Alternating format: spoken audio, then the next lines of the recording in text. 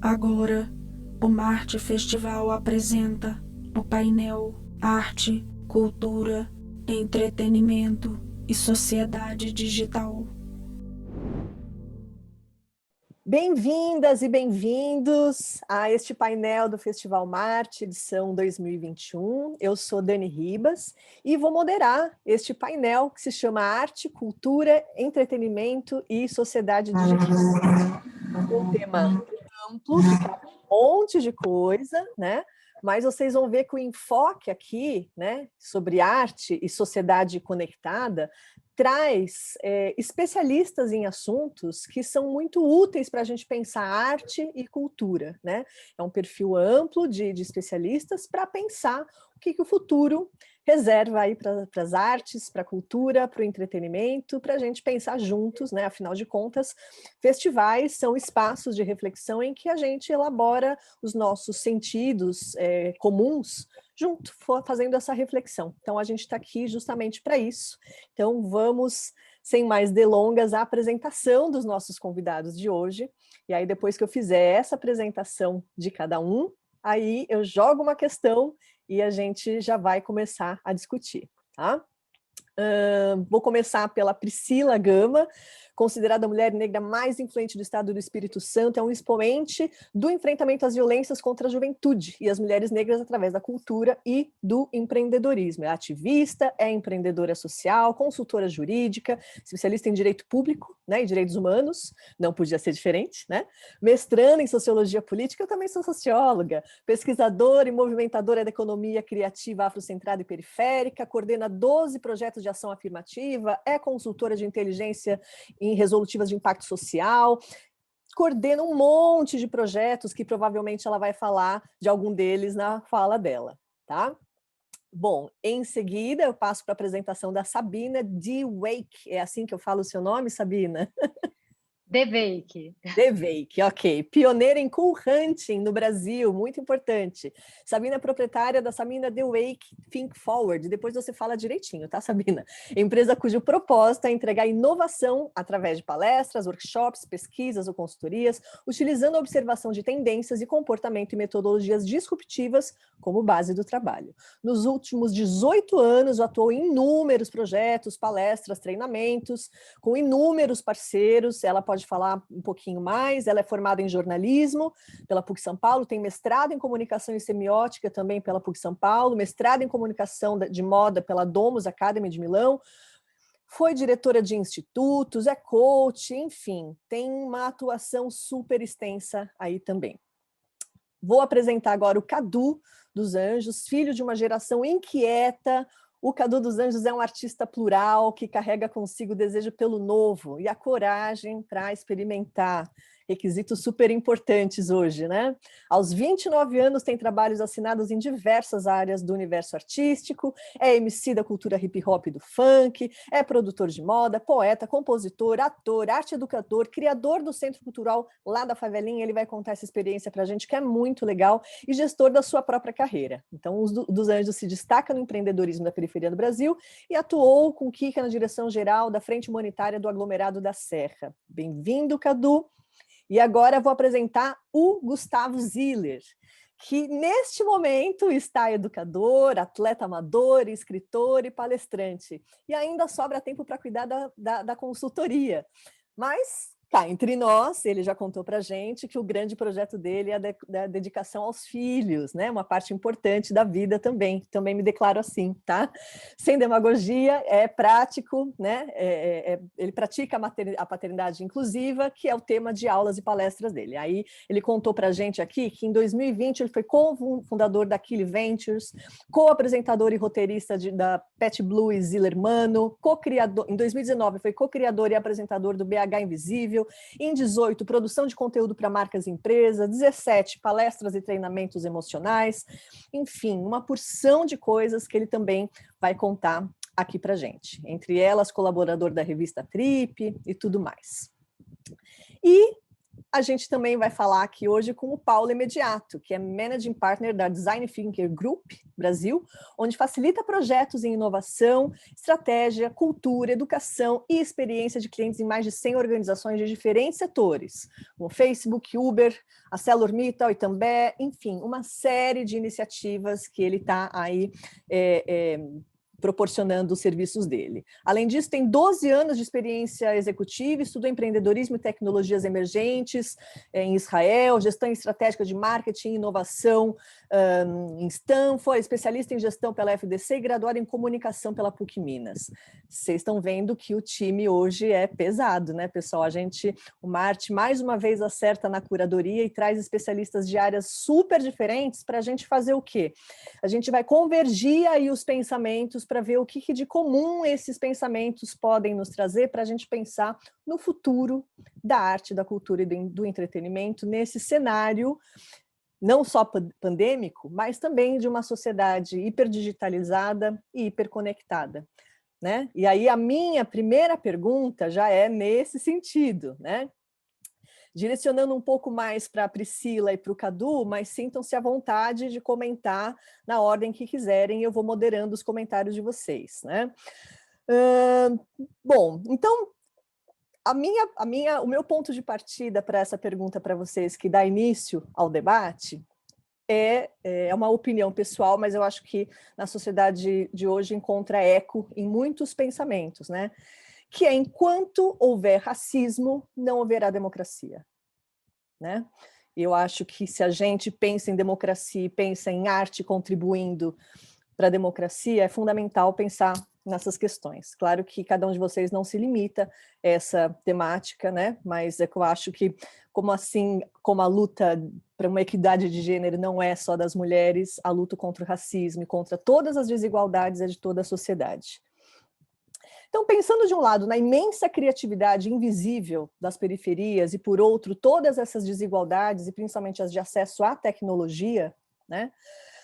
Vocês têm alguma observação ou dados sobre quanto que a pandemia agravou esse cenário de desigualdades e quais os desafios que vocês podem observar e contar para a gente aqui, que as ações afirmativas e de tecnologias sociais, né, o que a pandemia especificamente impôs como desafio e como vocês estão pensando a superação? Uma questão longa, vocês podem ir por partes, tá? Quem quer começar? Então, pensando aí nas desigualdades, quais são os desafios, que já não eram poucos, quais são os desafios que estão agravados aí pela pandemia? Você, Cadu, como é? Obrigada.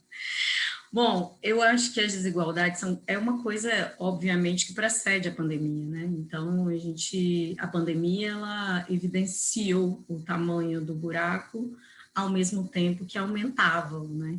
Então, são muitos desafios para quem opera a transformação nas periferias, mas mais ainda para quem opera a partir da periferia e na periferia, como acontece comigo e com o Cadu, né? A gente é de uma geração que inverte a visão de objeto de estudo e de salvamento, né? Aquele que vem de fora, olha e fala, eles precisam disso, e a gente está aqui dentro falando, a gente quer isso, que é uma outra movimentação, né? É você usar o lugar de fala, mas também performar a voz e a vez ao mesmo tempo, né? E aí, a gente está falando de uma população, e aí agora eu vou levantar a voz de estar fora do eixo Rio-São Paulo, né, Cadu? Porque esse é o nosso lugar, né? De estar num Brasil profundo, em que a acessibilidade tecnológica e letramento tecnológico é uma coisa muito distante. É muito distante, nós não estamos falando de uma população que pode não ter internet ou pode não ter computador, nós estamos falando de uma população que não tem internet e nem computador, né? Que não basta botar um computador na mesa para usar. Nós estamos falando também de uma população que, quando a gente fala de democracia, democraticamente a nossa humanidade foi permitida em 2 campos, o esporte e a cultura no Brasil. Não nos é dada educação, não nos é dado saúde, não é nos dada estrutura e não nos é dado segurança, muito menos moradia, né? Mas a cultura e o esporte, ele emana, porque ele é natural, ancestral do nosso povo preto. Ponto. Não é nada que é dado de graça, é uma coisa que emana da nossa estrutura, da nossa vivência, do que é ser um corpo periférico no Brasil. E um corpo periférico no Brasil tem cor, é um corpo preto, né?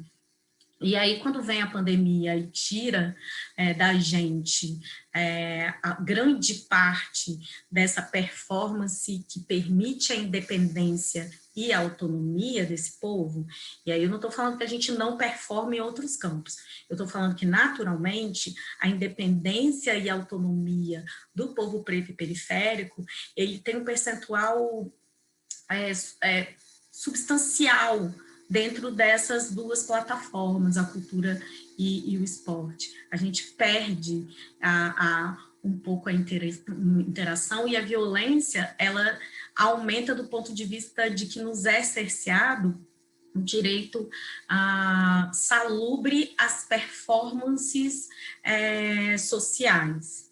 Por que eu estou falando isso? Porque as periferias não pararam. Quem parou foi os lugares de privilégio. As periferias não pararam de trabalhar, sabe? As periferias não pararam. Ninguém ficou em casa, porque o serviço do cuidar, ele é periférico. Então, as pessoas precisavam sair de suas casas para operar nas casas da classe média, da classe alta, ou de quem se entende como tal, e que não abriu mão do seu conforto em razão da salubridade e da manutenção de uma saúde coletiva. Então, acho que a gente não parou de performar, de trabalhar. No entanto, não faz um sentido, por exemplo, para a periferia, e aí agora eu quero que vocês entendam que é uma questão de saúde mental, de manutenção, e se a gente está falando de democracia sobre isso também, é que a gente não pode ficar na rua, né? Aquela coisa, não pode ir para a praia no final de semana, mas pode enfrentar um ônibus cheio, sem nenhuma proteção, sem nada disso, para chegar no trabalho. Então, os ônibus estão cheios todos os dias, as pessoas não são obrigadas a usar máscara, não tem mais ônibus disponíveis para as pessoas chegarem, então acho que isso é uma coisa que se replica em todo o Brasil. Na praia não pode ir no final de semana.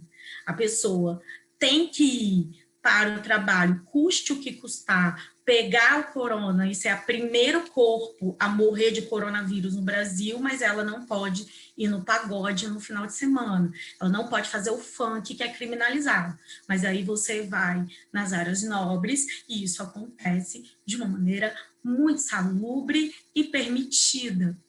Então, do ponto de vista de uma mulher preta que opera impacto social numa cidade que tem índices de violabilidade e violência para a população negra, que são muito grandes, mas que são desconsiderados no mapa geral do Brasil, eu vou dizer uma coisa, assim, acho que a pandemia só evidenciou quem somos, desconectados, despreocupados com a vida alheia, e enquanto sociedade, de uma forma geral, acho que a gente percebeu que a gente não é tão solidário como a gente imaginava do ponto de vista enquanto povo brasileiro. E aí, lembrar que a cesta básica é boa, é ótima, ela é necessária, mas ela não mata a principal fome do povo periférico, que é a fome de futuro. Só a cesta básica não alimenta, não resolve. Nossa, coisas muito profundas aqui para a gente discutir ao longo dessa tarde aqui. Eu já anotei aqui várias coisas, mas antes de eu continuar com as minhas perguntas, eu quero que o Cadu comente algumas passagens que eu vi que ele fez, né? Bateu palmas acessíveis. Vamos lá, Cadu. Não, acho que é só as palmas mesmo que eu tenho que considerar aqui. Já foi falado tudo que o Brasil precisa ouvir.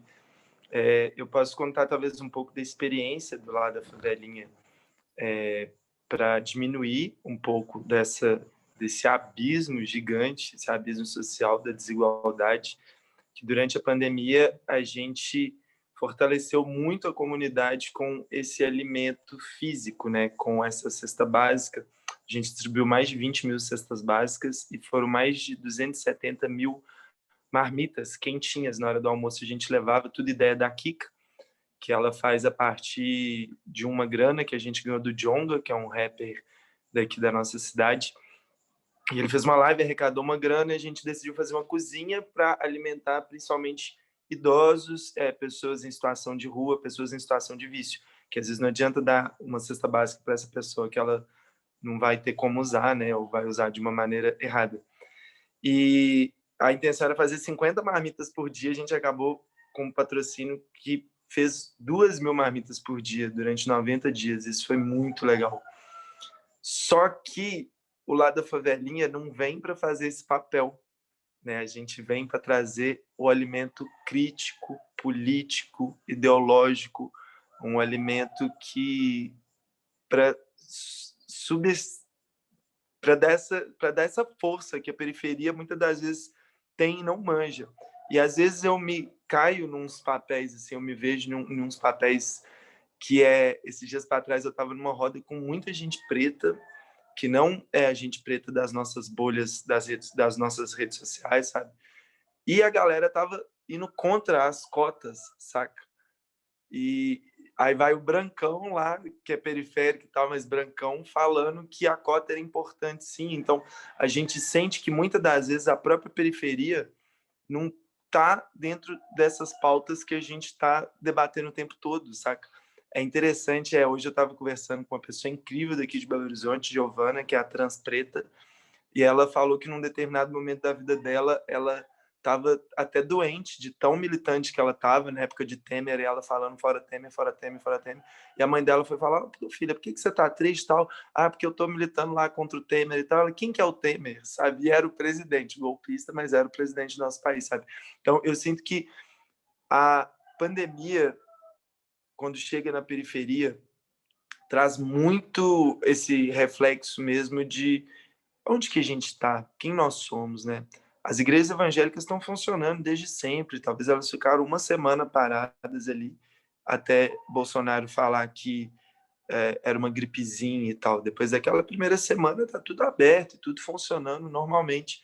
Eu tive a oportunidade de ir numa igreja evangélica para fazer um batismo de uma criança, né? Eles falam que é a consagração ao Senhor, e era um batismo, e a pastora falou com essas palavras, que era para a gente tomar muito cuidado com 3 religiões: o islamismo, o comunismo e o socialismo. Quem que está dando o alimento político, crítico, ideológico para a periferia, de fato, sabe? E isso é uma dívida histórica que é muito longa.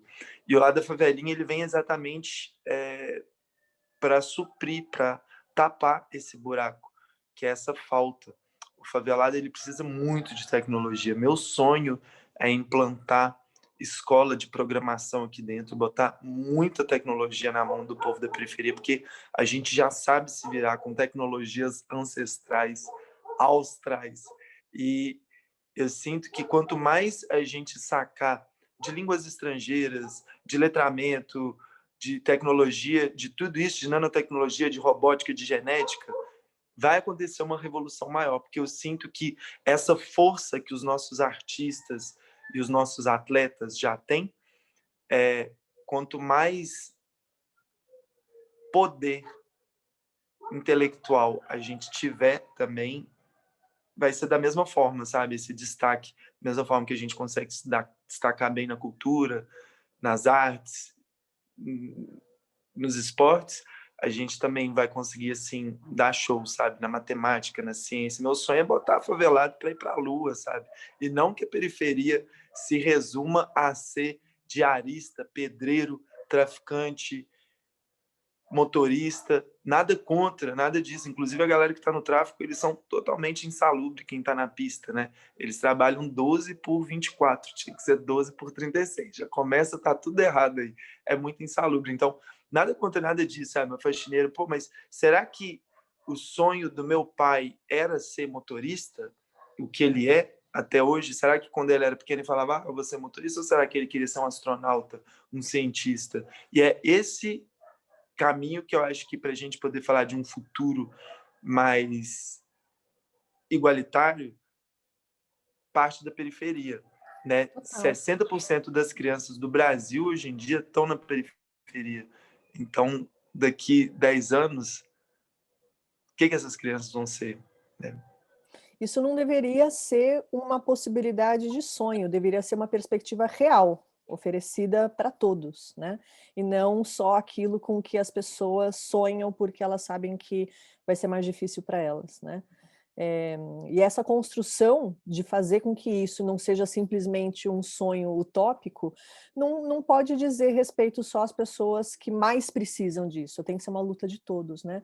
Nesse sentido, eu queria pegar a frase da Priscila, que ela falou que a fome de futuro é a fome que talvez seja, né, tão urgente quanto a fome de comida, mas ela é uma fome invisível, né?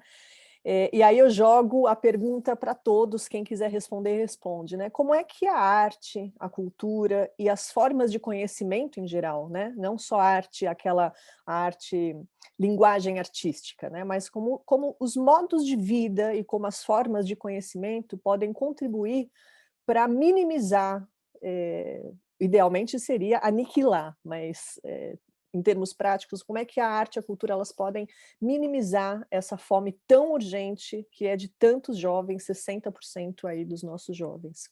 Quais são os cenários que vocês vislumbram para que a cultura e o conhecimento, de maneira geral, regenerem essa possibilidade de futuro?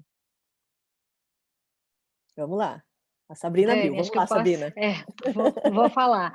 Bom, obrigado aí pelas falas, Priscila, Cadu, assim, estou super emocionada. Acho que assim tem que ter muita humildade. Eu estou no papel de mulher branca privilegiada, tem 46 milhões de brasileiros sem acesso à internet. Só puxando um gancho do que eles falaram e que acho que tem a ver com a sua pergunta, o que é interessante é que acho que toda essa discussão ela passou de ser uma discussão de nicho para ser uma discussão da sociedade. A elite capitalista, né, o Fórum de Davos, agora está discutindo o Great Reset, né, a grande reinicialização do futuro do mundo, considerando que a pandemia foi essa janela, né, talvez de oportunidade para a gente resetar mindset, modos de fazer, de trabalhar, de ser, né? A nossa sociedade está cheia de sintomas, né? E aquilo que a gente vê é só a ponta do iceberg, né? E isso, na verdade, a gente está com uma série de fragmentações entre eu e eu mesmo, eu e o outro, e eu e o mundo, né? E a natureza. E é por isso que a gente está também numa grande crise aí ambiental, porque a gente não se considera parte da natureza, nem humana, a gente não tem mais empatia, e nem da própria natureza. E foi muito interessante que a pandemia ela trouxe uma série de fatos, como, por exemplo, o fato do George Floyd, da morte do George Floyd, que reverberou não só numa comunidade, né, num nicho da sociedade, mas apesar de muita gente estar sem internet ou sem acesso, existe agora o ativismo digital, que é muito importante. E essa voz, ela tem força de chegar a um número muito maior de pessoas. Então, a gente vê empresas, por exemplo, que hoje elas têm que se posicionar. As pessoas não querem mais, por exemplo, consumir de marcas, de empresas, de indivíduos ou de empreendedores que não tenham um posicionamento claro com relação a esses temas que são temas tão importantes da sociedade, né? Que é a equidade, o racismo estrutural, as questões ambientais, né? Então, a gente vê, por exemplo, uma Nike, né? Com seu slogan histórico, né? Just do it, se manifestando publicamente, mudando o seu slogan, né? Para Just don't do it, para, enfim, se posicionar com relação à questão do racismo, e aí uma série de outras marcas vieram ali na cola, inclusive concorrentes de mercado, né? Tipo Adidas, que em frente à sociedade concordam ali com esse posicionamento. Então, assim, tem uma frase assim famosa do Nietzsche que diz: temos a arte para não morrer da verdade, né? E além da arte, da cultura ser um grande acalentador das nossas almas, das nossas angústias, né? Em tempos de pandemia, em tempos de isolamento social, a gente viu a tecnologia, a digitalização ajudar muito as pessoas nesse sentido de aplacar as suas próprias angústias, né?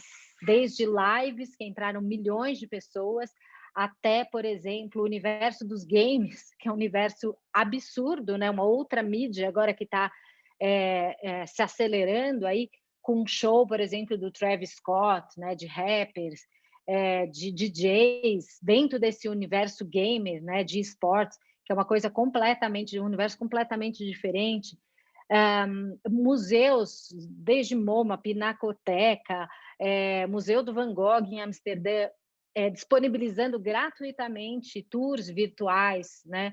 Então, além de aplacar, né, as nossas angústias, acho que a cultura tem um papel fundamental de repensar os futuros, de ressignificar os nossos futuros.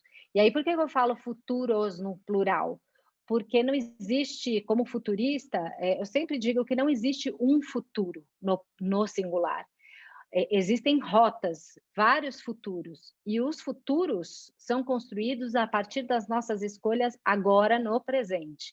Então, depende de cada indivíduo fazer as suas escolhas no presente para que a gente possa mudar essa rota, que parece que a gente está realmente colapsando, tem uma série de convulsões sociais aí acontecendo, mas existe também em tempos sombrios, em tempos distópicos, a gente viu durante a história da humanidade muita coisa interessante surgir, Guernica, do Pablo Picasso, a gente tem Shakespeare, né, que escreveu Macbeth, o Rei Lear. Enfim, a gente tem uma série de obras que foram produzidas a partir destas grandes catástrofes da humanidade, né? Então, eu acredito que a cultura ela tem esse papel fundamental, né? Primeiro, de repensar, puxa, o que é arte? O que é cultura? Como será agora a minha interação com o público? Será que é via Instagram? Será que é via Facebook? Será que vai ser no game? Será que o meu aplicativo no celular, né? Teve, por exemplo, uma empresa, se não me engano, foi Yamaha, né? Com a falta de público, por exemplo, nos estádios, né, no Japão, eles disponibilizaram um aplicativo onde o público podia torcer e eles replicavam a voz do público no estádio para poder dar força para os atletas ali. Então, assim, quais são essas mídias, as novas mídias? Quais são esses novos futuros? A arte, a cultura em geral, ela sempre teve esse papel de antecipação, né? A gente vê, por exemplo, filmes, né? Obras cinematográficas, Matrix, como outras, que já anteciparam ali realidades imersivas, Blade Runner, sei lá, a gente tem uma série de obras, né? Que vão antecipando futuros que a gente jamais imaginou que poderiam acontecer. Os Jetsons, lá em 1963, já mostravam, né, os carros voadores, micro-ondas, robôs, né? Então, os artistas, eles são esses grandes inovadores. Eles são os verdadeiros, as pessoas que fazem a disrupção na nossa sociedade e que pensam nesses novos caminhos de futuros. Então, é extremamente importante, seja como instrumento para aplacar nossas angústias, para entreter, né? A música foi extremamente importante, o Spotify, as lives que levaram milhões de pessoas, os cursos gratuitos, os tours de museus virtuais, mas, sobretudo, para repensar e ressignificar os nossos futuros. Vamos lá, Paulo. Eu ia falar quem quer comentar, mas o Paulo já levantou a mão, então vamos lá. Eu estou aqui igual game show, né? Levanta a mão assim primeiro, como é que fala. Primeiro, obrigado, é um prazer estar com vocês. Já conheço Cadu e Gustavo de outros tempos, Sabina e desculpa, eu não estou com o nome da Priscila, isso. Mas é um prazer estar conversando com vocês. Eu queria comentar um pouco disso pelo seguinte, porque a gente tem um aspecto de distribuição digital, né, que melhora e facilita o acesso e a produção de uma série de coisas, o que gerou um excesso, um esgotamento, né, nas pessoas, assim, brutal. Mas é impressionante como arte e cultura foi aquilo que ajudou todas as pessoas a não enlouquecer ou extravasar minimamente durante esse período, mas que, ao mesmo tempo, esses novos arranjos refletem uma profunda precarização do trabalho da cultura, né? Você está totalmente destruindo o valor da cultura, porque por mais que você tenha mais distribuição, né? Isso sem falar de todo o aspecto de acesso, né? Que a Priscila falou mais cedo, e de letramento digital. Agora, o profissional da cultura, o artista, além de ser o artista, ele precisa arrumar uma forma de viver, né? Porque não existe um modelo econômico de sustentação dessa produção cultural, né? Então, o cara que tocava, as bandas que tocavam por aí em lugares não podem tocar mais e precisam daquilo para viver, ou etc. E todos os profissionais por trás também, né? Profissionais de produção, profissionais de assistência, equipes, desde a limpeza, segurança, tudo. Todos esses profissionais, nesse ambiente, nesse novo contexto digital, eles estão sem oportunidade. Eles estão fora do sistema econômico. E, infelizmente, num período em que a gente vive, né, tempos estranhos no Brasil, em que existe uma demonização do lugar da cultura enquanto agente ideológico político, né, é muito difícil a gente virar para as estruturas públicas e falar assim, velho, beleza, a gente precisa gerar sustentação para essa classe profissional, porque são eles que estão provendo conteúdo que nos educa, que nos entretém, mas que mais do que isso, que nos permite sobreviver a esse momento. Só que, tirando artistas como o Cadu citou, por exemplo, o Djonga, que já tem um engajamento e que já consegue dar uma escala e tracionar financeiramente, tá todo mundo muito mal, assim. É literalmente um processo de a tecnologia enquanto agente de precarização da cultura, sabe? E eu acho esse aspecto muito, muito sensível e muito perigoso, assim, né? Concordo plenamente. Só para fazer um apanhado do que a gente falou até aqui, para eu jogar então a bola para o Gustavo, que foi o único que não falou e eu quero ouvir. A gente fala primeiro aí de desigualdade, se é possível pensar em futuro com tanta desigualdade em tantos níveis, né?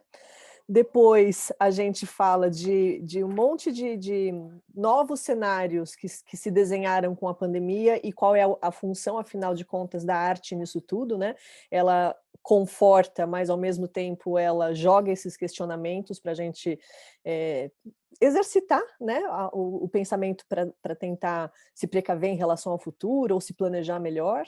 E nesse cenário, vindo de maneira muito acelerada, que já vinha vindo, na verdade, mas a pandemia acelera muito, a precarização, o precariado digital que surge dessas relações, né? Gustavo, você concorda com essa narrativa que está se desenhando aqui? Você discorda de algum ponto? Você quer acrescentar alguma coisa antes de eu fazer as minhas primeiras observações para a gente ir para outra pergunta? Não, vamos acrescentar que eu acho bacana trazer uma perspectiva também que ainda não foi falada aqui por todos vocês. Boa tarde para todo mundo, Sabina, Paulo, a Priscila e o Caduzinho, e todo mundo que vai assistir aí nas plataformas digitais. Olha, tem uma coisa que entrou num bate-papo outro dia de mesa, num programa de rádio que eu produzo, que é o que une o Brasil, né? O que é o fio condutor, literalmente, do Oiapoque ao Chuí? Eu nem vou precisar fazer a provocação para a próxima pergunta. A bola está contigo. É a arte, né? É a música, é a cultura de rua, é o batuque de quintal, é o fundo de quintal, é a prosa, é a epopeia. Só que não é a epopeia gringa, né? é a epopeia dos heróis daqui, né? Outro dia eu estava lendo um amigo meu comentando na rede social, perguntaram, pô, mas quem que deveria ser simbolicamente o primeiro a ser vacinado no Rio de Janeiro, né? E o cara falou, cara, tem que ser o Nelson Sargento, né? 96 anos. É o cara, como assim não vai ser o Nelson Sargento, né? Então, a arte é o que tem o fio condutor do nosso país. Talvez o humor também, ok, mas o humor está dentro da arte. Então, se a gente colocar aí uma caixinha macro para conduzir essa linha que pega todos os estados brasileiros e o fundo de quintal até... O fundo de quintal, estou falando não num termo... Estou falando da onde a coisa acontece mesmo. Não estou colocando aqui como um termo negativo ou crítico, ou muito menos, estou um pouco pejorativo, né? Estou enaltecendo isso. Eu acho que é daí que vem a coisa. Dito isso, uma coisa que eu acho que a gente tem que colocar em perspectiva é que a gente precisa trazer para o nosso universo os exemplos, sabe? Então, eu tenho entrado numa discussão muito bacana de tentar trazer para o nosso mundo, para que fique mais forte em todo mundo, exemplos da gente, né? Eu moro em Belo Horizonte, num bairro chamado Anchieta, que tem as especificidades, é um bairro privilegiado, que está do lado da comunidade do Acabamundo, a poucos quarteirões da comunidade da Serra, onde o Caduzinho mora. Então, assim, aqui que eu vou conseguir atuar. Eu não vou conseguir atuar em Los Angeles. Não vou conseguir atuar, mesmo conhecendo muita gente que mora na Europa, eu não vou conseguir atuar na Europa. Então, a atuação, ela está muito no nosso entorno, né? Eu não sei por que motivo, nas redes sociais, a gente procura temas e atuações e as pessoas são obrigadas a atuar overseas, né? Em outros carnavais, sabe? Então, isso é uma coisa que me incomoda um pouco, sabe? A gente está voltando o nosso canhão, seja ele de organização digital, ou seja ele de atuação possível, para temas que não vai fazer a menor diferença, de verdade, para a gente. A menor diferença. E aí, quando a gente conversa, muda, faz o flip para o universo que a Priscila desenhou no início do papo e do Cadu, aí é deslocado da realidade completamente, porque não faz a menor diferença o que está acontecendo lá fora. O problema aqui, no nosso fundo de quintal, né? Então, o que a gente tem provocado aqui nas nossas iniciativas é essa reflexão da micropolítica, né? Da gente descer para o play rápido. Porque eu não preciso mais ser convencido, eu vou usar a palavra convencer, porque é o que a maioria das pessoas estão dizendo, eu acho que esse não é o verbo. Mas eu não preciso mais ser convencido pelo Cadu e pela Priscila de tudo que eles falaram. Eu vivo isso, né? Agora, eu tenho acesso a pelo menos umas 50 pessoas que precisam ser convencidas, né? Pessoas que são donas da economia de Belo Horizonte. Ali eu posso atuar, né? Mas você conversa com esse tipo de pessoa, os caras são eleitor de Bolsonaro? Bom, eu prefiro fazer a ponte e atuar, por mais que eu saia de lá como pessoa não grata. Mas a gente só vai mudar se atuar. A gente não vai mudar se não atuar, não vai mudar, sabe? Então, assim, a minha questão com a arte está muito aí.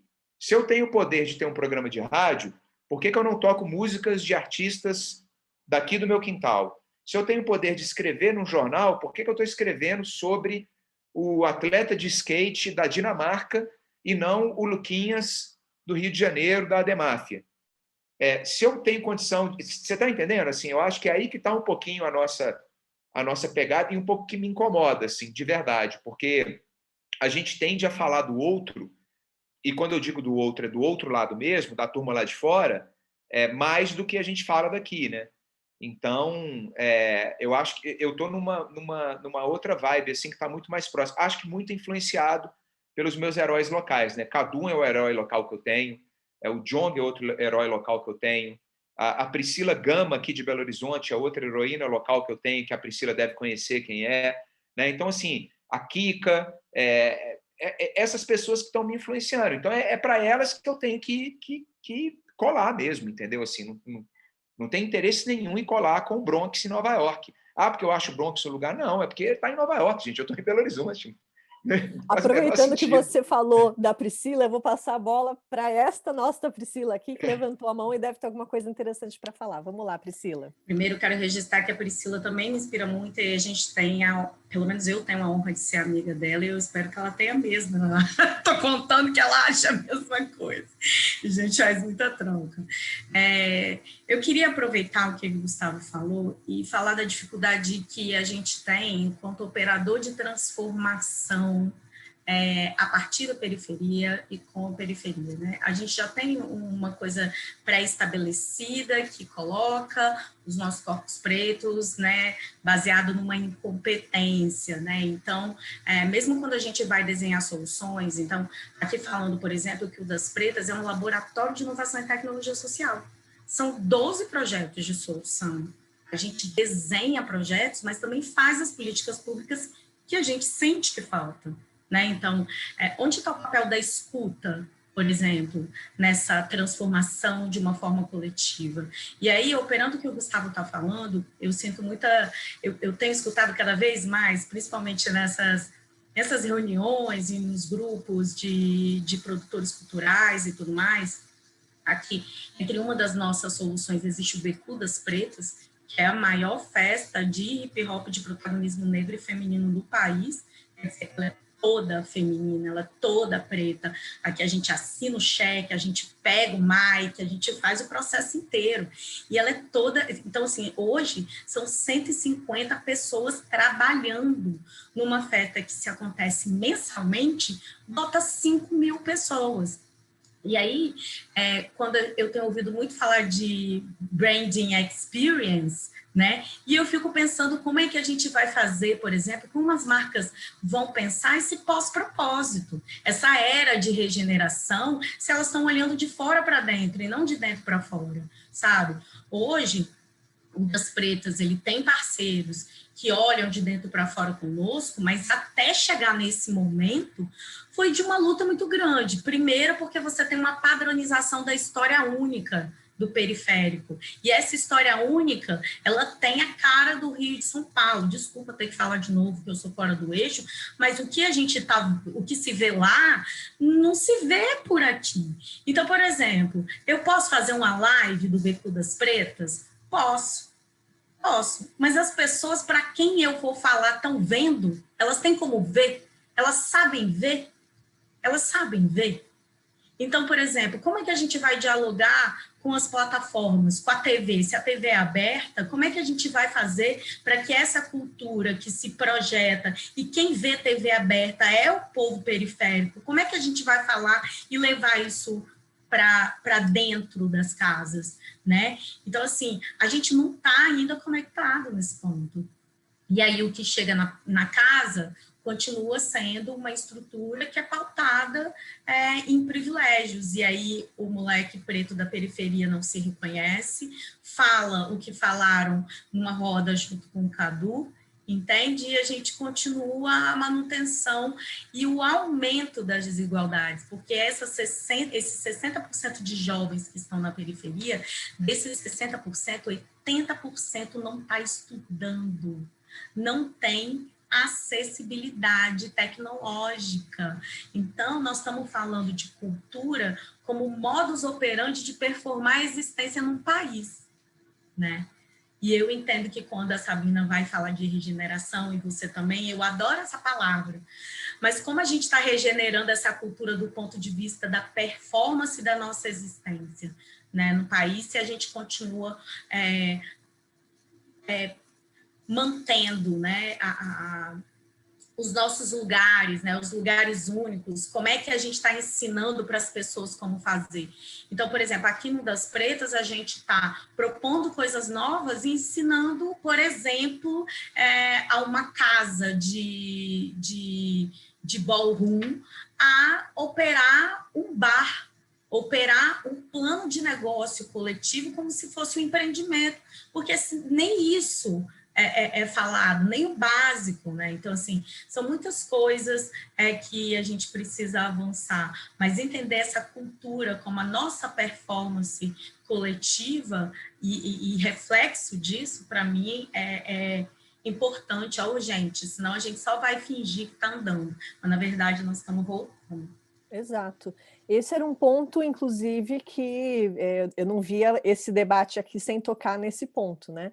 Porque como resolver essa contradição se a gente acha que, ao mesmo tempo, a arte cura, a arte regenera, a arte dá conforto, mas se ela tem também esse papel de colocar em xeque as nossas concepções cristalizadas, concepções como essa, de que todos somos iguais e partimos do mesmo ponto. Não, não partimos do mesmo ponto, porque quantos séculos existem aí de desigualdades sendo reproduzidas de maneira invisível, porque, né, quando a gente vê a desigualdade acontecendo de maneira visível, é mais fácil você sensibilizar. O problema é que essa desigualdade toda ela acontece de maneira muito invisível e é difícil até você chegar para conversar com as pessoas, porque elas partem de pontos de vista que são equivocados, porque é uma discussão ainda muito invisível e que a gente ainda precisa ter uma atuação. Agora, pensando aí nesse último ponto que você trouxe, Priscila, né, de como falar para as pessoas, será que elas estão vendo aquilo que a gente está falando? Né? Tem um ponto que eu queria puxar, e aí eu queria a opinião de vocês, que é o seguinte: a gente, quando eu sou socióloga e eu estudo mídia desde que eu entrei aí nessa área das ciências humanas. E a gente, com o que aconteceu com a televisão, por exemplo, a gente já tem um mínimo conhecimento acumulado aí nas ciências humanas e sabe como que a televisão operou essa reprodução de identidades que eram até forçadas, né? Que a identidade brasileira, né, foi forçada aí, foi forjada por uma branquitude que era dona do esclarecimento e, né, vamos pegar aí o Tinhorão na área da música, que mostra justamente o contrário, que uma classe média branca elitizada se apropriou das manifestações culturais dos pretos e forjou uma identidade nacional calcada numa mentira, né? Só que isso na televisão, com o passar do tempo e até com o processo de obsolescência da mídia, a gente consegue entender hoje que televisão manipula, né? Mas eu queria, né, cortar para o hoje e pensar em como é que isso está acontecendo hoje, agravando, inclusive, essas desigualdades, mas em ambiente digital. Né, de tudo que os algoritmos têm operado, não só na entrega de conteúdo nas redes sociais, mas como é que eles estão moldando o nosso mundo. Né? Eu não vou aqui contar os casos que eu conheço, porque eu queria ouvir vocês, mas se nenhum de vocês falarem desses casos que eu particularmente conheço, eu queria trazer depois alguns para mostrar que de neutro e analista de dados, o algoritmo não tem nada. Né, minha gente? O que vocês comentam sobre isso? Quem quer começar? Vamos lá, Gustavo. Vamos lá.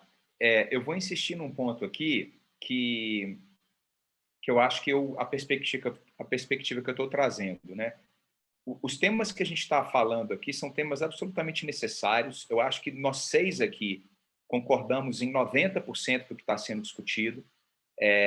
Esses temas eles são trazidos frequentemente, é óbvio que a gente tem que falar, e aí a gente entra na seara do que a gente está fazendo para mudar isso. Né? Que aí é que eu acho que está o grande lance, porque senão a gente vai continuar falando. Então, por exemplo, assim, quem é a presidente da Twitter no Brasil? Ela é uma amiga minha. Trabalhou comigo na Claro, trabalhou comigo em várias coisas da Horta, uma empresa que eu tive, sabe o nome das minhas filhas, e eu me sinto confortável de falar isso aqui. E eu falo isso para todo mundo, eu conheço, e eu encho o saco. Né? Então, assim, não tem mudança se a gente não fizer isso. Aí é que está o grande ponto. Não vai. E o que eu posso fazer? Eu posso fazer isso. O Cadu vai fazer outra coisa, a Sabrina vai fazer outra coisa, o Paulo outra coisa, a Priscila outra coisa. Só que a gente, em 90%, está convergendo lá na frente. Né? Então, esses debates eles são importantíssimos. E essa perspectiva do que fazer, eu acho que ela é importante também. Né? Então, trazer ela para cá. Poxa, qual que é o potencial que todas as pessoas que estão participando do Marte têm para atuar dentro da arte e da cultura no nosso país. Vamos mudar os algoritmos, que a gente sabe o que está acontecendo. Foi feito um teste mundial, inclusive, que virou meme, etc. Né? A gente vai mudar isso se a gente encher o saco dos caras. De outra forma, não vai mudar, isso é óbvio. Como que a gente muda o cenário de um programa que historicamente é racista, historicamente antidemocrático, etc., enchendo o saco dos caras. Senão não muda. E aí o que cabe a gente aqui, né? Eu acho que é atuar na micropolítica. Eu volto a insistir nisso, sabe? Eu acho que é muito, muito importante a gente tentar... não sei se a palavra é se envolver nas estruturas que já estão corroídas, né? Só que se envolver do nosso lado, né? E não ficar do lado de lá, né? E não ser dragado por essa estrutura, né? É a lógica hacker, né? A lógica hacker. Boa. É a lógica hacker. Boa. Essa foi uma boa analogia, sim. O Paulo levantou a mão, acho que ele tem algo a falar. Isso. É sempre bom ouvir o Gustavo, né? E eu acho muito legal essa coisa da micropolítica, porque esse é outro aspecto que eu acho que a pandemia evidenciou, é que as grandes cadeias logísticas globais são um grande problema, né? Assim, se você tem uma extrema dependência da produção, por exemplo, na China, isso vira um grande problema, ou na Índia, ou não sei aonde, porque a distribuição do mundo, da forma como estava acontecendo globalizada, ela começou a gerar um impacto gigantesco, ela teve um impacto gigantesco, uma repercussão ainda maior, inclusive na disseminação do vírus. E eu acho que algumas pessoas, eu não vou dizer todas, eu não posso dizer, mas eu tenho uma percepção de que as pessoas sim passaram a se sentir um pouco mais próximas das micro-redes locais em vários aspectos, porque primeiro você anda na sua rua e você vê a loja que fechou, as lojas que fecharam, a pessoa que não sei o quê, e o que começou, a limitação da pandemia, ela trouxe uma aproximação, tipo assim, onde é que eu vou comprar meu pão? O que eu vou fazer? De quem que eu vou comprar? Como é que eu vou distribuir? Etc. E existe uma oportunidade de pano de fundo aí, que é justamente desse lugar, que vem desse lugar da articulação das micro-redes locais. Tá? Eu acho que existe, sim, um movimento, uma percepção e um entendimento de que é possível trazer isso nessa esfera, né? Mas para não sair dessa história da tecnologia, tem um aspecto que eu acho, um aspecto de mainstream, tá? De acesso, mas que eu acho que foi determinante no ano passado, que foi o Dilema das Redes, que conseguiu popularizar.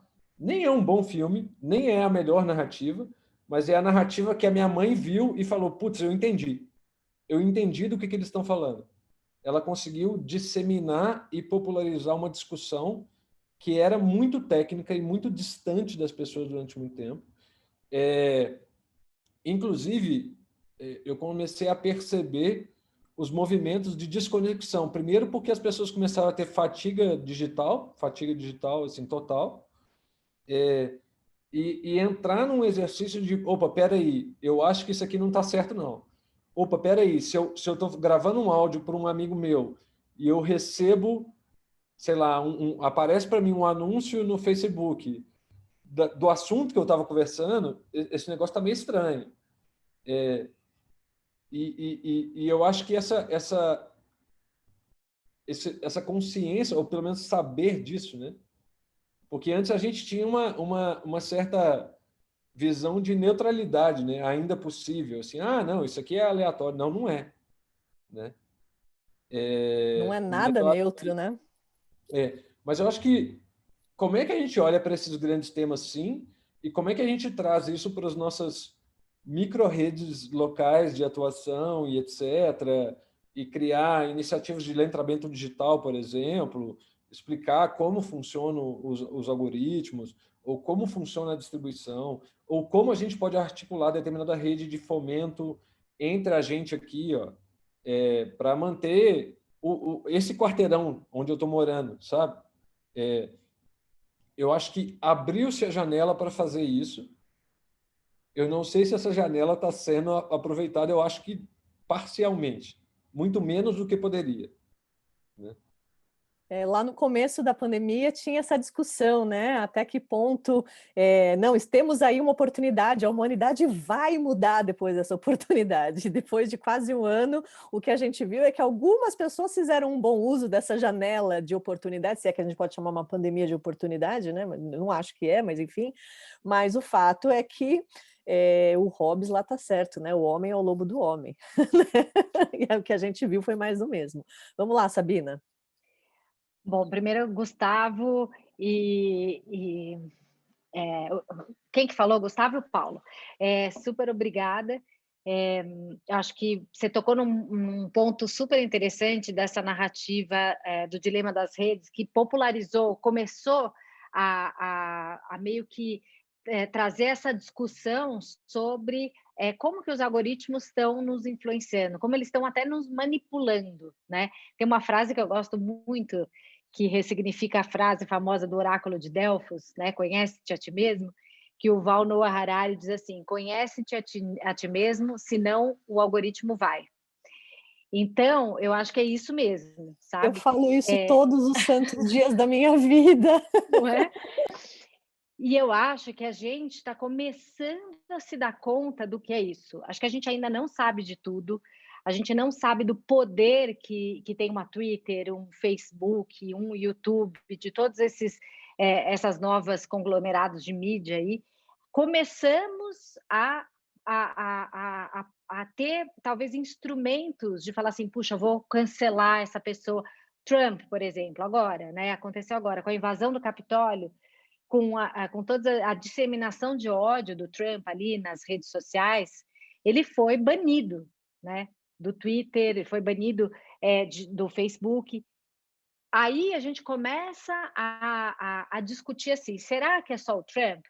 Será que, por exemplo, um discurso nazista que está sendo veiculado nas mídias sociais também não deveria ser banido? Como? Mas será que isso é você tirar a voz? Será que isso é democracia? Não é? As pessoas não têm direito à fala, mesmo que, e violência? Então começa um outro tipo de discussão que eu acho que talvez a gente nem tenha ainda dispositivos suficientes, e aí eu acho que a arte, a cultura, como educação aí dessas novas narrativas, pode trazer soluções que eu nem sei te dizer ainda quais são, mas começa uma outra discussão com essa vertente. A gente hoje tem uma coisa que chama viés de confirmação. Então, assim, as pessoas seguem as próprias narrativas. Então, por exemplo, eu acredito em X, eu vou seguir as pessoas que têm a mesma visão do que eu tenho. E isso vai estreitando o nosso pensamento e vai estreitando a possibilidade de diálogo. E é isso que as redes sociais acabam fazendo. Eles vão sempre confirmando os seus próprios pensamentos, as suas próprias narrativas, as suas próprias ideias. Então, na verdade, você está ali numa bolha, simplesmente seguindo e ouvindo a mesma versão, né? Eu entrei, por exemplo, numa roda de conversas muito legal, uma amiga minha que tem um projeto que chama Fica Conversas, que mapeia palavras do contemporâneo, e a gente estava numa roda de conversa sobre racismo. Ela falou assim, não dá para fazer uma roda de conversa sobre racismo sem chamar uma mulher preta, ou uma pessoa que tenha lugar de fala, né? E aí sim a gente começa a arejar a discussão, e aí sim eu paro de confirmar o meu viés. Então, na minha opinião, a gente está começando apenas, bem o início de uma discussão longa e de nos darmos conta do que é isso, né? Do que é, o que as mídias sociais, o que esses grandes conglomerados estão fazendo com as pessoas, como a gente é manipulado, quais são os instrumentos que a gente tem. Muita gente está deletando contas. Começou esse movimento. Nossa, muita gente viu o filme, apesar o novo luxo, né? Apesar da narrativa não ser a melhor, vou deletar. Inclusive, que você falou do novo luxo, por exemplo, tem marcas de luxo, a Bottega Veneta é uma marca de luxo que saiu do Instagram, resolveu sair do Instagram. Enfim, tem uma série de discussões sobre o que é o luxo agora, talvez as mídias sociais estejam massificadas, e aí, enfim, o canal é outro. Talvez essa não seja a discussão maior. Acho que a discussão maior é tudo isso que eu falei, é o viés de confirmação, é como a gente é manipulado, quem tem que ser cancelado, não tem que ser cancelado, será que isso é democrático ou não, o que é violência, enfim, tudo isso. Muitas questões aí na sua fala, Sabina. Eu vou pegar 3 ganchozinhos, tentar ser o mais breve possível. Eu acho que o Cadu levantou a mão. Então, antes de... Você levantou a mão, Cadu? Sim, tá. Depois de eu pegar esses 3 ganchos rapidinho, eu passo a bola para você. Quando eu falei que eu falo isso todo santo dia, né, sobre as redes sociais e tal, o que eu acho que uma discussão que pegando também o gancho do que o Gustavo falou da micropolítica, é que o meio artístico está completamente capturado, sequestrado pela ideia de que um artista tem que ser igual a uma marca. Claro, né, o meio artístico vive de certa imagem, de uma identidade que não é só a identidade autêntica, de que é aquela de que ele projeta no mundo, e não estou criticando esse processo. A questão é que a lógica cultural está completamente sequestrada pela lógica do marketing, né? E os algoritmos contribuem muito com esse viés de confirmação, né, para que isso aconteça. Então, o que eu falo é que não pode produzir conteúdo para você se transformar numa marca. Pode, você tem que fazer o marketing, né, no caso específico da música, que é o que eu atuo mais.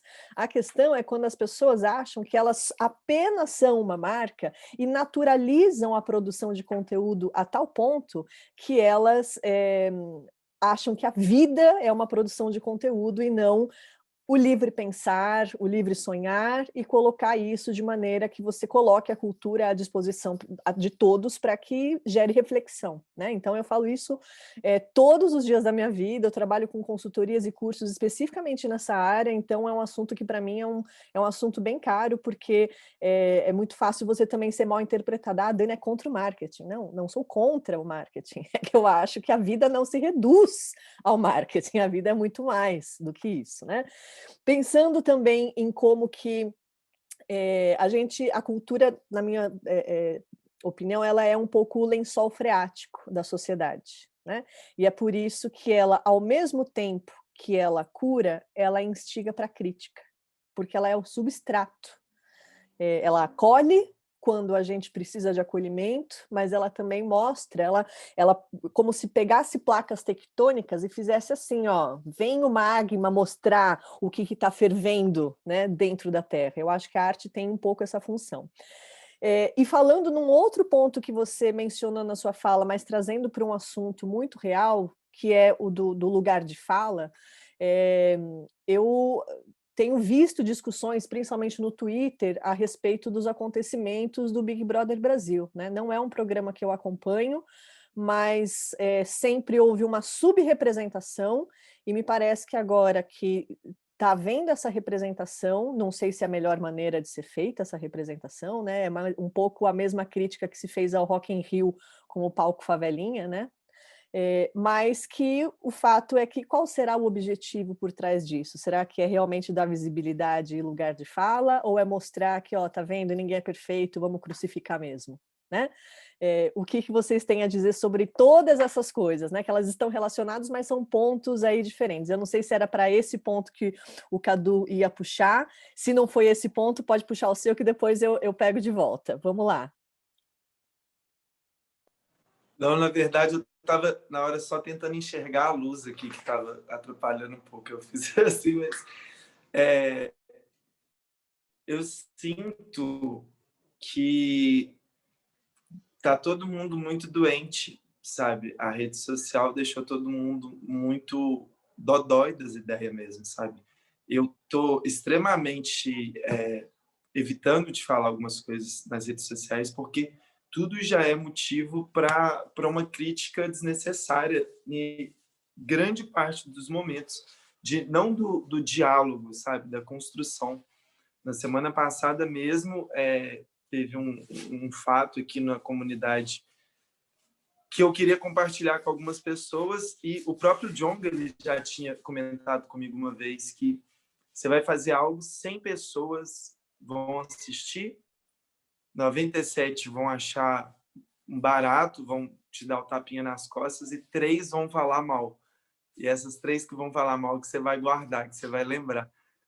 E as pessoas já vêm hoje em dia com muita pedra para assim, tacar mesmo, né?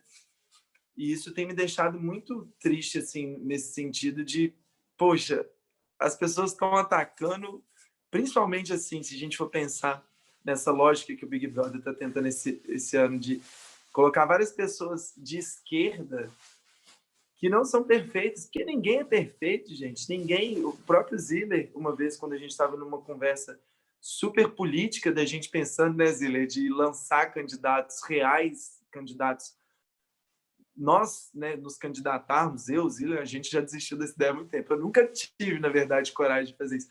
Mas aí alguém já veio falando assim, mas o povo vai vir criticando demais. O Ziller, a primeira coisa que ele falou, gente, ninguém tem teto de vidro. Todo mundo tem teto de vidro, sabe? Ninguém, sabe? Todo mundo, somos todos, hashtag somos todos vacilões, hashtag somos todos fofoqueiros, hashtag somos todos invejosos, hashtag somos todos olho grande, sabe?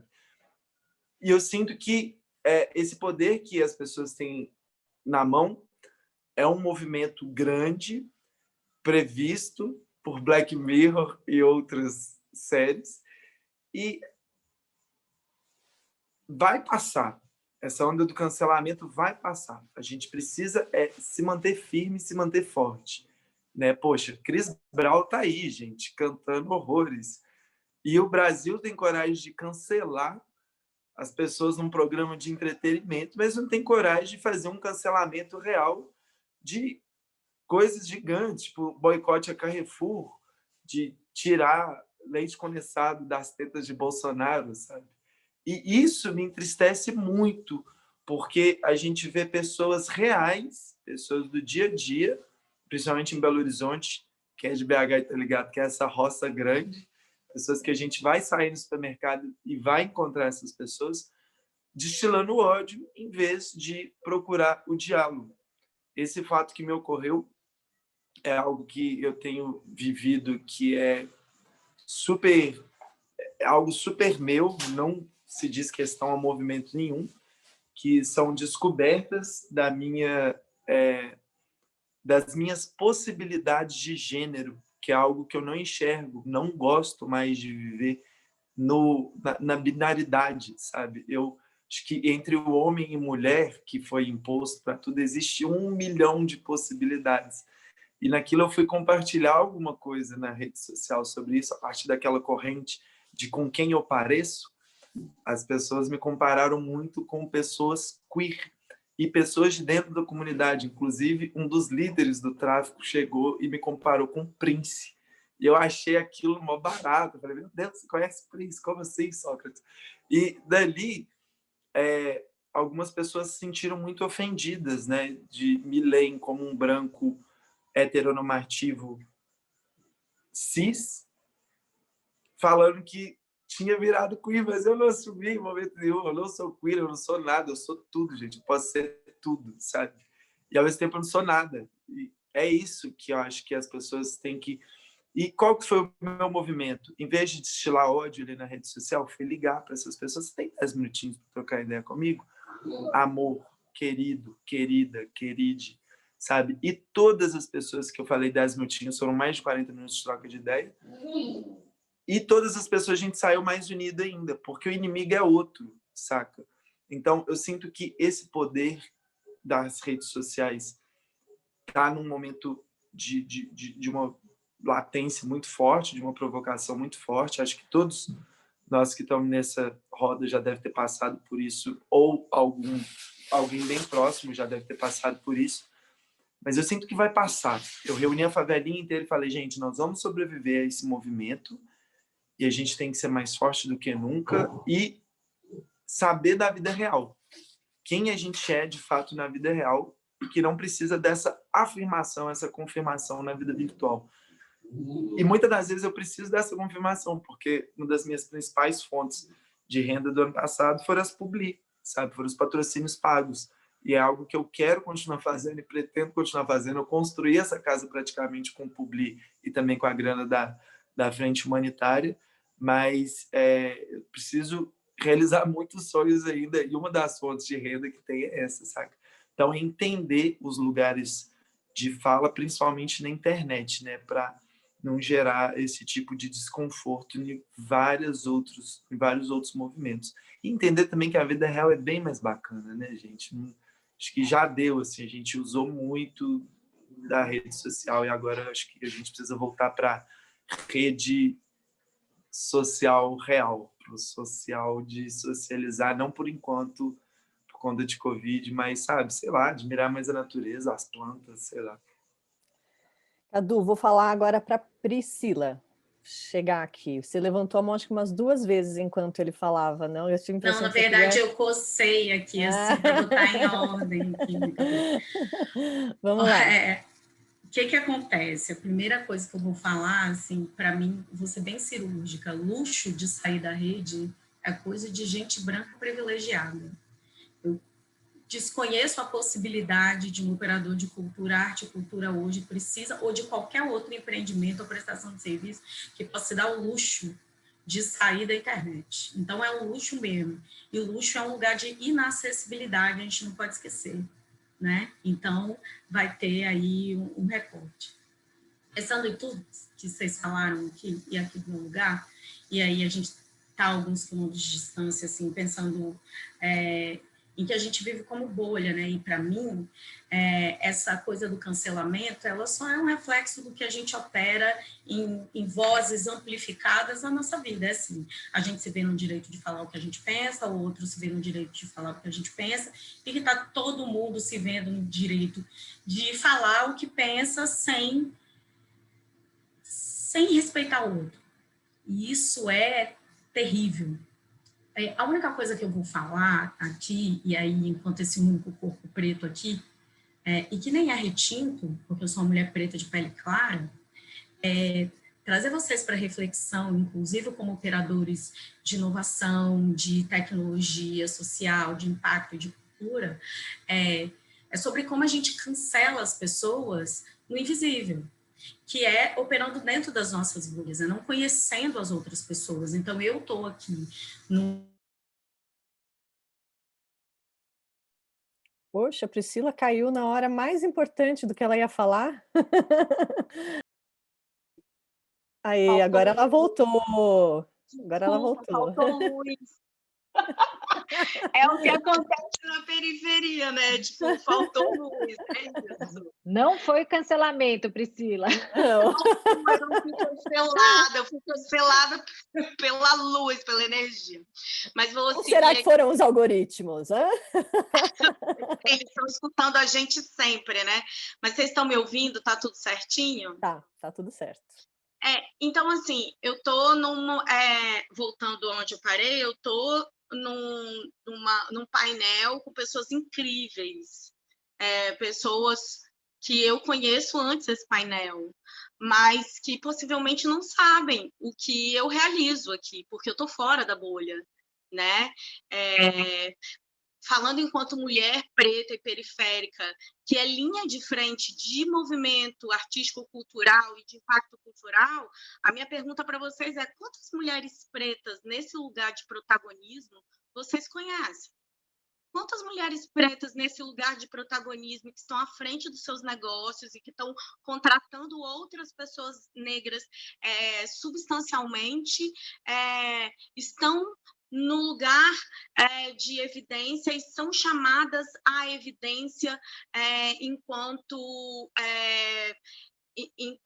protagonistas mesmo desses lugares? Eu vejo muitas pessoas falando de lugar de fala, trazendo as mesmas pessoas para operar esse lugar de fala. E isso é manter as histórias únicas.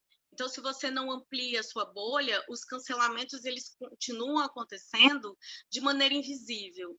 Eu acho que o que acontece, no final das contas, é porque está definido quem... Gente, assim, para mim é muito simples, assim, o direito é branco e a sentença é preta, e o direito à humanidade também é branco. O direito a existir, a performar, a protagonizar histórias também é branco. E o direito a errar também é. Então, voltando agora para o Big Brother, eu acho que o que Big Brother trouxe para a gente foi que a negritude não é única. Nós não somos o mesmo tipo de negros, nós pensamos da mesma forma. Mas nós não podemos performar a nossa pluralidade, a nossa existência e muito menos os erros. Então, a gente vem aí de 6 meses de treva, com uma série, por exemplo, de influencers e artistas falando assim, uma besteira atrás da outra, uma violência atrás da outra, fazendo festa em plena pandemia, sendo violento, sendo racista, sendo transfóbico, sendo machista, homofóbico, enfim, sendo genocida, fascista, e essas pessoas pedem uma desculpa na internet e dá tudo certo. Quando o Cadu fala do Carrefour, o Carrefour fez isso, ele fez tudo isso ao longo dos anos, historicamente, e aí aconteceu, pediu desculpa, montou um conselho de diversidade, e aí as pessoas falaram, bom, agora tem um conselho de diversidade, está tudo bem, o Carrefour é maravilhoso. Mas e se fosse uma estrutura preta? Será que as pessoas teriam a mesma humanidade em perdoar, em dar chance da mudança? Então, assim, eu acho que o papel da cultura enquanto transformação, ele vai se dar. Ele vai se dar quando a gente mudar a ordem, sabe? Eu acho que Mate fala muito sobre isso, sobre a lógica da abundância.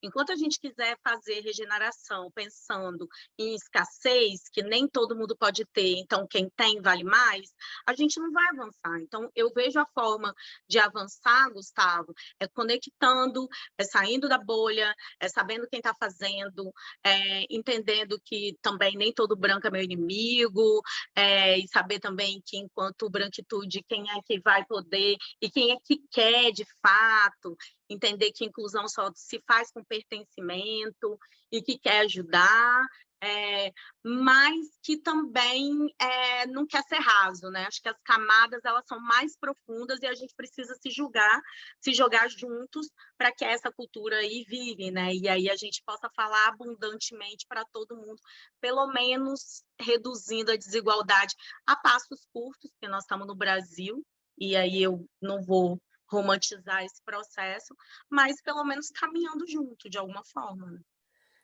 Eu acho que você tocou num ponto fundamental, né? Se a gente está aqui nessa mesa hoje, nessa discussão, para pensar em futuro, ou como disse a Sabina, em futuros, porque não existe um futuro só, eu comecei exatamente dessa maneira, né, gente? Não existe democracia possível, se a gente quer construir lá no futuro, se a gente não resolver essas desigualdades de maneira que fique bom, não que fique só remediado. É uma luta de todos, né? E não porque essa causa é minha, porque, né?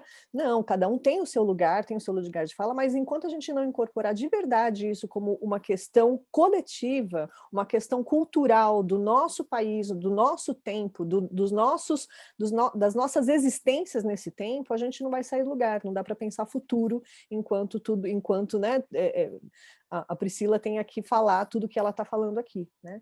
Então, eu queria chamar vocês para fazerem as considerações finais. A gente tem aí um pouquinho mais de 10 minutos, 11 minutos para ser exata, e eu queria que cada um falasse 2 minutinhos as considerações finais. Se a Priscila quiser ser a primeira, justamente para ela pegar os ganchos do que ela acabou de falar, Priscila seria a primeira, senão a gente faz uma outra ordem. Quer acrescentar mais alguma coisa? Eu já falei demais aqui. Então, bora. Então, quem vai ser o primeiro a fazer as suas considerações finais? Gustavo. Pode ser eu. Primeiro, agradecer o convite do festival, a presença de todos vocês. Eu já conheci o Paulo e o Cadu, e tenho 3 novas amigas aqui. Isso é muito legal, expandir a consciência através de pessoas que pensam muito parecido, né? Eu queria deixar como uma última perspectiva aqui, que é a seguinte: eu acho que normalmente, eu não sei se isso já foi falado na psicologia, mas quem entende mais do que eu pode me corrigir. Normalmente a gente briga pelos 20% que a gente discorda, ao invés de trabalhar junto pelos 80% que a gente concorda, né? Então, deixar esse momento aí de reflexão para a arte, para a cultura, né? Existem vários retratos do Brasil. É isso que une esses retratos, que faz a colcha de retalhos ficar incrível. E só que tem essa situação do debate em cima de 20% de discordância, que muitas vezes é resolvido com o que o Cadu fez, pega o telefone e liga para a pessoa, né? Então, assim,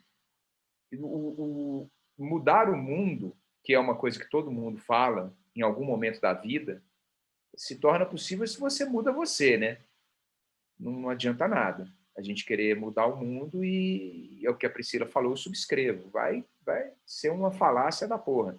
Agora, mudou você, aí a coisa começa a ficar bacana, né? Então, esses 80% que a gente tem de concordância aí, eu não sei se esse é a porcentagem, né? Pode ser maior, um cadinho menor, mas é por aí. É onde que eu estou trabalhando hoje e todo mundo pode contar comigo. As 3 novas amigas que eu fiz aqui, Caduzinho e Paulo, já são amigos de longa data. Então, obrigado pela participação. Foi um prazer ficar com vocês. É pouco, né? Passa rápido e estou à disposição aí para as próximas conexões.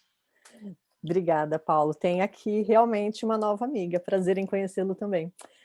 Quem quer falar agora? O Paulo. Vamos lá, Paulo. Eu queria puxar a bola depois do Gustavo, porque ele falou uma coisa que é muito curiosa, e eu li um livro na pandemia, chama Como Ser Antirracista, do Ibram X. Kendi. E ele conta uma história muito curiosa, que ele esperava que o ativismo dele mudasse a sociedade para que aí as políticas mudassem. E aí ele descobriu que no caso dele, tinha que ser o contrário. Ele tinha que mudar as políticas, criar políticas antirracistas para que a sociedade mudasse, como a história do cinto de segurança, por exemplo. Você muda a lei e depois as pessoas assimilam.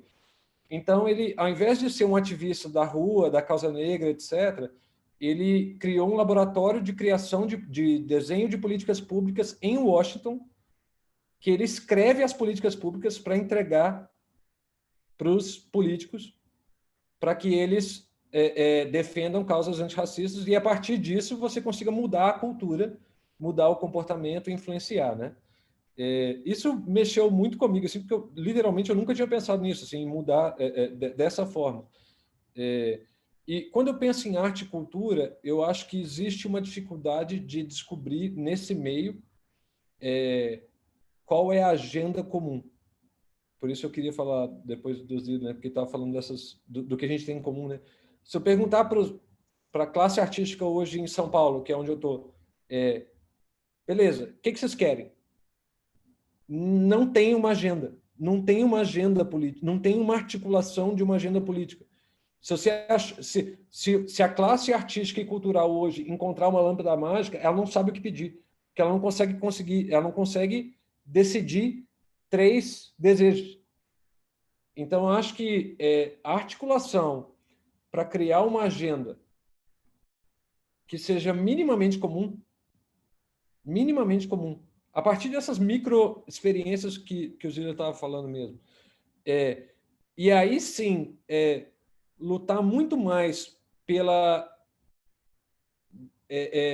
construção de política, pelo viés político mesmo, porque, gente, a política é muito importante para a gente deixar na mão dos políticos, né? A gente precisa fazer esse outro tipo de articulação, porque isso precisa... E votar a cada 2 anos também não é suficiente, né? Isso precisa dar uma sustentação, porque você não dá um voto e recebe um serviço. Você precisa fazer essa articulação. Esse viés, talvez, dessa agenda é o que eu queria deixar. Assim. E essa agenda começando pela comunicação dos benefícios da cultura, né? Porque a gente teve aí um período progressista em que tínhamos alguma política e que a gente não dá, fazendo a meia-culpa mesmo, a autocrítica de que a galera da cultura não conseguiu comunicar para o restante da sociedade os benefícios que a cultura traz para um país. Então, acho que eu concordo com vocês dois e, para mim, pelo menos na minha visão, o primeiro tópico dessa agenda comum seria o de como comunicar, né, o valor intrínseco da cultura e de que não há sentido se não tivermos essa desigualdade absurda. Agora falta Sabina e Cadu darem aí as palavrinhas finais. Quem vai primeiro? Posso falar? Bom, primeiro, Vamos lá, super Sabina. obrigada aí pelo convite. Também é um prazer aí estar com pessoas tão incríveis e espero que a gente possa trocar aqui nossos contatos e continuar essa conversa depois. A gente faz um Festival Marte paralelo e a gente continua conversando. Eu recentemente vi um filme chamado I Am. Não sei se vocês já viram, é de um diretor de cinema, esqueci agora o nome dele, que dirigiu alguns filmes de comédia, Ace Ventura, enfim, e ele vai contando que ele teve um acidente, e a partir desse acidente na vida dele, ele fala assim, puxa, será que o que eu produzo, será que o que eu filmo é relevante?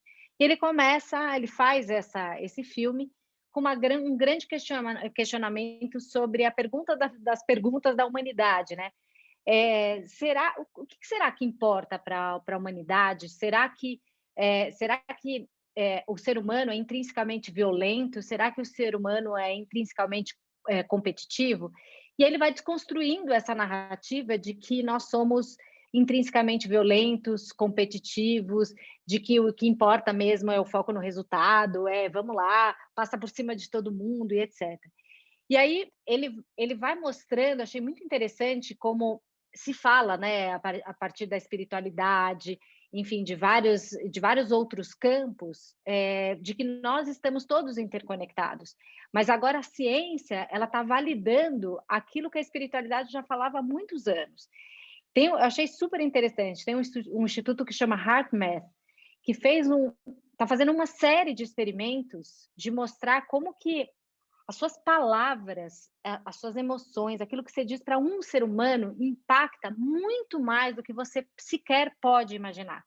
E ele fez um experimento com uma cultura de um iogurte, que tem uma cultura lá de bactérias. Ele pegou e colocou uns eletrodos ali no diretor de cinema e ele foi fazendo perguntas, né? Você é casado? Ele falou, não, sou separado, inclusive preciso procurar o meu advogado. Quando ele falava isso e que acionava uma emoção qualquer ali, talvez mais negativa nele, a cultura de bactérias reagia ali de uma determinada maneira. E quando ele, sei lá, falava sobre amor, tinha um outro tipo de reação. Então, qual que é a minha crença? Essa é só a minha crença.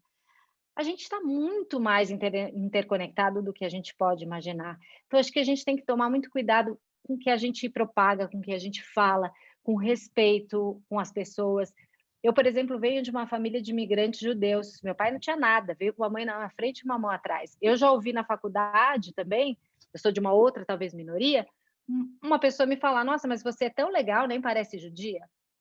Sabe? E coisas assim. Então, eu acredito mesmo que estamos todos interconectados, né? Mais do que a gente pode imaginar. Acredito que a grande força transformadora é a paz, é o amor, é a empatia, mas não estou falando assim de um jeito raso. Eu acho que a arte ela pode trazer isso. Acho que a gente pode se manifestar de um jeito amoroso, sabe? Eu escolhi e achar as formas, né? Achar as formas para isso. Tem um projeto que eu acho lindo, que chama The Peace Factory. Acho que lá em 2012, 2013, quando estava ali a guerra entre Israel e Irã, estava começando a ficar bastante, enfim, com os ânimos ali bastante elevados, e é um professor que dá aula no primário, pegou a filhinha dele, fez uma foto, vou até mostrar para vocês que eu estava procurando aqui, não sei se dá para ver a imagem, né? E ele começou a postar nas redes sociais, ele postou um manifesto, falou, iranianos, eu não os conheço, eu na verdade nunca vi um iraniano, eu não sou amigo de nenhum iraniano, então esse discurso de ódio não me representa, eu queria conversar com o iraniano, porque na verdade a gente tira o nosso preconceito a hora que a gente estabelece esse diálogo com uma pessoa. Não são esses discursos vagos que são disseminados. Então, é isso que eu penso. Eu escolhi uma frase aqui para compartilhar com vocês do escritor japonês, o Murakami, que eu acho que resume um pouquinho aí tudo que eu falei, a gente tocou aqui. Responder criativamente à tragédia é enfatizar o que há de bonito sobre a humanidade. Esse é o nosso tipo de ativismo. Você pode escolher expressar sua esperança pela humanidade ou seu desespero sobre o estado do mundo por meio de seus dons, não necessariamente políticos. Você não precisa marchar se não estiver disposto, e ainda assim você pode contar com a sua contribuição criativa no combate. Então, eu acredito que a cultura seja uma baita de uma contribuição criativa nesse combate. É isso, gente. Obrigada. Super obrigada, Sabina. Vamos agora para a palavrinha final do Cadu, que a gente precisa encerrar aqui. Eu estou extremamente contemplado, feliz, grato de ter sido convidado para essa troca de ideia. É um prazer conhecer quem eu não conhecia, é um prazer rever quem eu já conhecia e amava. E, por fim, só bem rapidamente mesmo falar desse projetão que mudou nossas vidas aqui no Morro, que é a Frente Humanitária. A gente mudou, além de alimentar tantas pessoas, né? A gente conseguiu empregar dessa oportunidade de trampo para mais de 300 pessoas daqui da comunidade, sabe? E esse projeto foi investido R$5.400.000, tudo no meu nome, sabe? Eu tive que prestar conta disso tudo. E mais de 5 milhões foram gastos aqui dentro do morro. E a gente começou a ver uma revolução, de fato, financeira. Porque não tem como a gente falar de empoderamento sem falar de grana, não tem como a gente falar de muitos lugares de fala quando a pessoa não tem nem como pagar uma passagem para ir falar, ou pagar uma internet, pagar um celular para ter essa fala, né? Não tem futuro enquanto isso não existe. Existe futuro. Nesse movimento capitalista não vai existir futuro, né, para gente sem grana. E voltando a falar de arte, ano passado também eu tive a oportunidade de voltar a cantar. Quando eu fiz esse ato, o início do hiato, parei de cantar para tocar ao lado da favelinha, e depois eu volto a cantar com a favelinha já caminhando com as próprias pernas, só que no meio da pandemia, sem saber quando eu ia fazer show nem nada. Até consegui fazer muita coisa online e tal, mas o artista, ele precisa botar arte para fora. E todo mundo precisa botar esse seu talento para fora, senão a gente acaba sendo pessoas frustradas. Então a arte me salvou de uma depressão sinistra, onde eu fiquei ali no início da pandemia mais de 30 dias isoladíssimo, no escuro, sem contato nem físico, nem de rede social com as pessoas, até eu ver que uma pequena mudança, que era fortalecer a comunidade, principalmente nesse combate à fome, fez com que isso tudo acontecesse. E mais tarde deu no que deu da gente conseguir alimentar esse tanto de pessoas e distribuir tanta renda dentro do morro. E das últimas músicas que eu fiz, eu até fiz uma rima, um verso que fala: sou daqueles que luta contra o sistema, mas está lá dentro jogando o jogo. Saí do banco cheio de cédulas, subi com todas e gastei no morro. E foi bem isso, assim, foi bem... vamos gastar aqui, galera. É isso, obrigado, pessoal. Pessoal, temos que encerrar a nossa mesa. Priscila, rapidinho. Que eu falei muito, mas eu quero agradecer o convite, estar aqui com vocês. Só falar que ninguém solta a mão de ninguém é um processo, não é de passar pano, né? Mas é de resgatar, é da gente estar junto, é de fato de não abandonar ninguém. Eu acho que a cultura sempre fez muito bem isso. A gente isso pode significar continuarmos juntos. É isso. Pessoal, muitíssimo obrigada pela participação de vocês. Eu acho que quando a gente faz um festival que é da área da música, mas traz profissionais que conseguem transitar por áreas diferentes, eu acho que todo mundo ganha. Saio daqui hoje tendo aprendido muito e tendo essa perspectiva de que realmente o futuro é coletivo. Enquanto não tivermos todos incluídos, os futuros serão fragmentários e não representarão tudo o que a nossa existência pode ser, e temos que pensar uma maneira de superar isso para que esses futuros se cruzem em algum momento. Então é isso. Também queria agradecer ao Festival Marte pelo convite. Espero que quem esteja assistindo continue na programação do festival, porque vem muita coisa boa por aí. É isso, pessoal. Beijo para todo mundo. Até. Prazer em conhecê-los também. Obrigada.